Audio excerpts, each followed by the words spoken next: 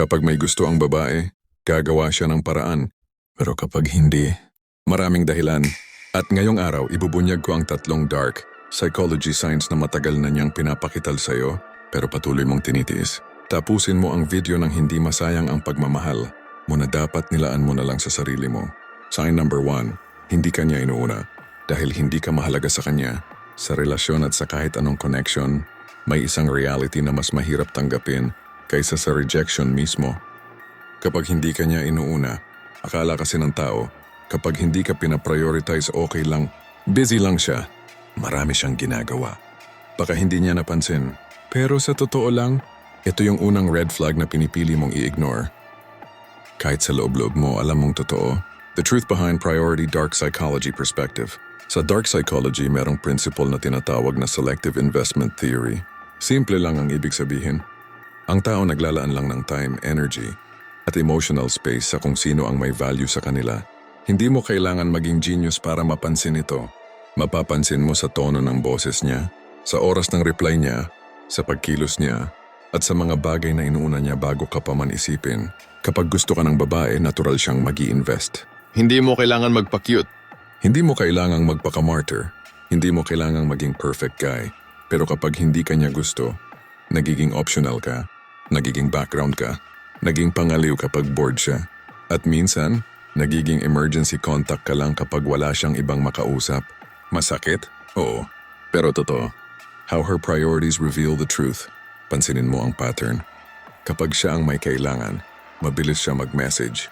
Kapag ikaw ang may kailangan, bigla siyang hindi available. Kapag siya ang may problema, nakikinig ka ng buong puso. Kapag ikaw ang may problema, bigla siyang busy. Kapag oras mo pilit, kapag oras niya libre pero hindi ikaw ang gusto niyang kasama.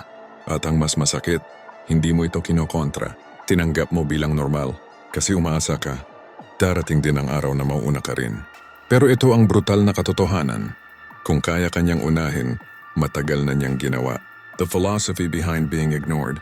Sabi ng philosopher na si Arthur Schopenhauer, man's value is seen not in what he says but in what he chooses. At kung hindi kanya piliin ngayon, kahit gaano ka pa kabait, loyal, or consistent, hindi niya makita ang true value mo, hindi dahil wala ka nun, kundi dahil hindi ikaw ang gusto niyang pagbigyan. Ito ang dahilan kung bakit may mga lalaking nagbibigay ng 100% pero tinatanggap lang 10% pabalik. At ang mas malala, grateful pa sila sa 10% na yon. The psychological pattern, when you're not a priority. Kapag hindi ka mahalaga sa babae, may mga fixed patterns na lalabas. Kung hindi ka niya inuna emotionally, kapag may problema siya, ikaw ang takbuhan. Pero kapag ikaw ang may problema, painful, alam mo, pero patuloy mong dinideny. The hardest part, you keep making excuses. Ito yung pinaka-dark na parte. Hindi siya ang problema. Ikaw. Ikaw ang gumagawa ng excuses para sa kanya. Ikaw ang nagko-comfort sa sarili mo. Ikaw ang nagpapaniwala sa'yo na baka bukas. Baka naguguluhan lang. Baka hindi pa siya ready. Pero sa psychology, may tawag dyan, self-inflicted delusion. Niloloko mo ang sarili mo para lang hindi ka masaktan. Pero ang ending, mas nasasaktan ka. Isang mahalagang linya mula kay Marcus Aurelius. Your worth is determined by your actions, not by someone's recognition. Kung hindi ka niya inuuna, hindi ibig sabihin na walang halaga ang pagkatao mo. Ibig sabihin lang, mali ang taong inaasahan mo. Hindi mo kayang pilitin ang puso ng isang babae. Hindi mo trabaho ang baguhin ang nararamdaman niya. At lalo na hindi mo misyon ang i-prove ang value mo sa taong hindi kayang makita ito. May babaeng mas deserving ng effort mo. May babaeng kayang tumingin sa iyo at sabihin, hindi kita uunahin lang, magiging priority kita at darating siya. Pero hindi darating yun kung nakatali ka pa rin sa maling tao ngayon. Kung hindi ka niya inuuna, huwag mo siyang ipilit. Kung hindi ka niya pinipili, huwag mong ipagpilitan ang sarili mo. Ang puso na hindi tumutugon, hindi mo kayang gisingin. At ang taong para sa'yo, hindi mo kailangang habulin. Sign number 2. Wala siyang micro-reaction sa'yo. Sa mundong puno ng salita, gestures, emojis, chat, at kung ano-anong pampaganda ng feelings, may isang bagay na hindi mo kayang dayain. Micro-reactions. Ito yung maliliit na kilos na lumalabas ng hindi natin namamalayan. Yung mga kilos na hindi dumadaan sa isip, hindi dumadaan sa pakiusap, hindi dumadaan sa porma, diretso sa puso. At sa dark psychology, Ito ang isa sa pinaka-solid na indicator kung gusto ka ng isang babae or hindi. Ano ba ang micro-reactions? Ito yung mga subtle cues na nakikita mo kapag gusto ka ng isang babae. Yung mabilis ng ngiting hindi niya mapigilan. Yung mata niya na medyo nag-o-open ng mas malaki. Yung slight lean-in kapag nagsasalita ka. Yung pagkakagat niya sa labi habang nag-iisip. Yung subtle na pag-ayos ng buhok niya. Yung pagbabago ng tono ng boses niya kapag ikaw ang kausap.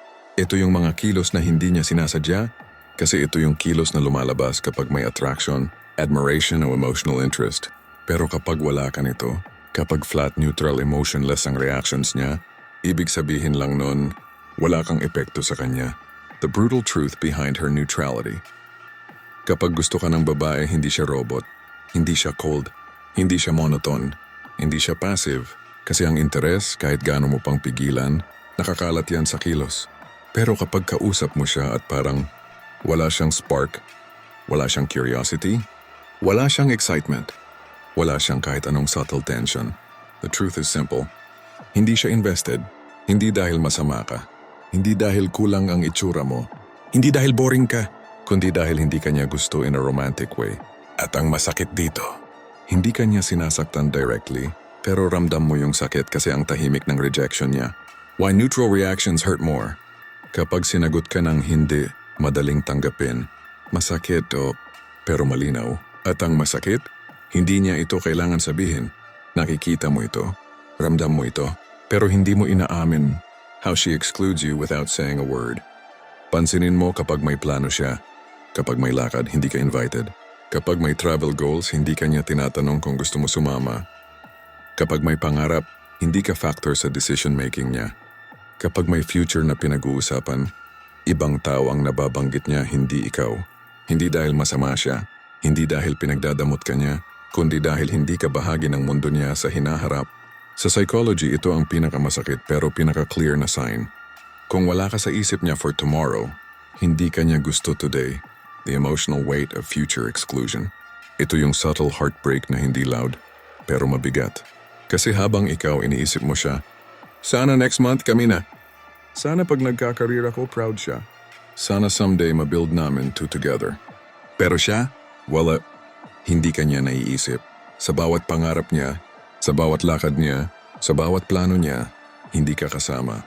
Ito ang katotohanang hindi mo kayang tanggapin. Hindi kanya sinasama sa future niya kasi hindi kanya kayang makita doon. Why she doesn't imagine a future with you. Psychological insight. There are only 3 reasons why a woman doesn't include you in her future. Kaya wala siyang romantic investment. Hindi kanya nakikita as partner material. Kaibigan, pwede.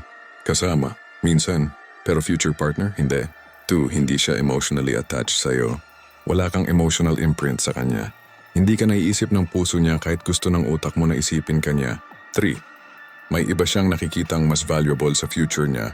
And ito ang pinaka-dark. May nakikita siyang ibang options, ibang tao, ibang possibilities. At hindi ikaw yon. Sa dark philosophy ni Nietzsche, people imagine the future only with those who stir their soul today. Kung hindi gumagalaw ang damdamin niya sa presensya mo ngayon, hindi ka niya dadalhin bukas. The silent signs she's not building with you. Kapag hindi ka kasama sa future niya, mapapansin mo sa maliliit na bagay. Hindi ka niya tinatanong tungkol sa long-term goals mo. Hindi siya curious sa career path mo. Hindi siya naghahanap ng stability mula sa'yo. Hindi siya nagiging protective sa connection niyo. Hindi siya natatakot na mawala ka. At kapag ang isang tao hindi natatakot mawala ka, ibig sabihin handa siyang mabuhay ng wala ka. O baka nga matagal na niyang tinatanggap yon. The most brutal part, you still try to earn a place. Ito ang psychological trap na bumibiktima sa maraming lalaki.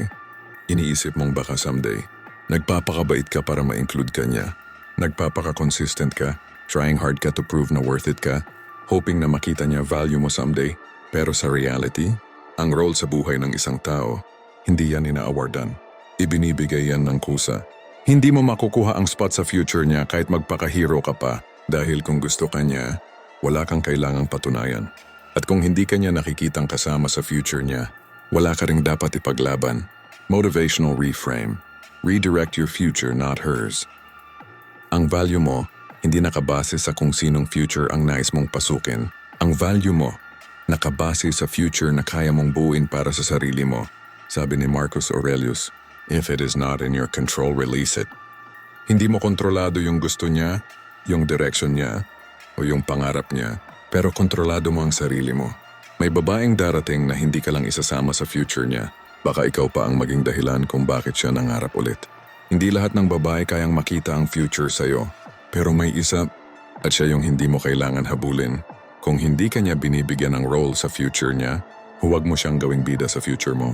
Ang taong para sa'yo, hindi ka kailanman magiging optional. Listen, kung hindi ka gusto ng isang babae, hindi ibig sabihin na may kulang sa'yo. Ang ibig sabihin lang nun ay hindi siya ang tamang tao para sa klase ng pagmamahal na kaya mong ibigay. Hindi mo kontrolado ang feelings niya, pero kontrolado mo ang self-worth mo. Sabi ni Marcus Aurelius, if it's not within your control, accept it. If it harms your peace, release it. Kaya today, bitawan mo yung hindi para sa'yo. At ibigay mo ang oras mo sa babaeng kayang makita ang halaga mo. Hindi ikaw ang magpaparamdam, kundi siya mismo ang babalik sa'yo. Kung nagustuhan mo ang ganitong breakdown, hit like, share mo sa tropa mo para matauhan din sila. At huwag kalimutang mag-subscribe para sa mga susunod na dark psychology at motivational videos. Remember, hindi mo kailangan ng validation ng iba para maging valuable. Ikaw mismo, sapat ka.